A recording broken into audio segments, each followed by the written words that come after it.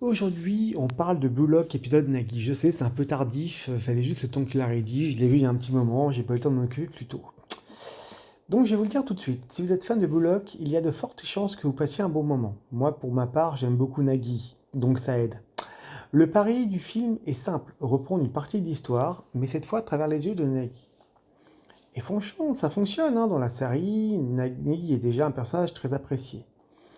Mais ici, on comprend beaucoup mieux sa façon de penser, son évolution et surtout sa relation avec Réo. Le film apporte donc un vrai complément à la série. Visuellement, on retrouve tout ce qui fait la force de Blue Lock.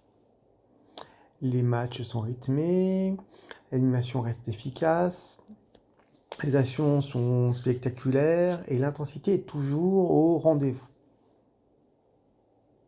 En revanche, le principal défaut du film est aussi son concept.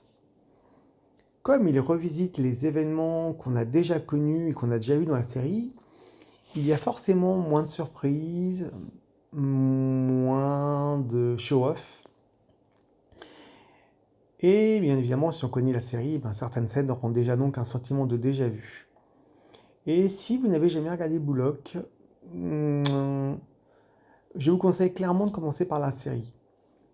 Le film prend beaucoup plus de sens une fois qu'on connaît déjà les personnages.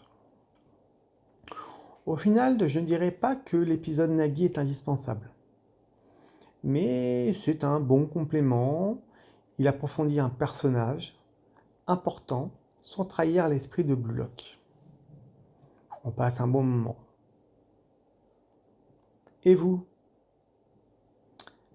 préférez Isagi ou Nagui? Bref, dites-moi votre réponse et ce que vous avez pensé de ce long métrage en commentaire. Et n'oubliez pas bien sûr de vous abonner à Criticaille.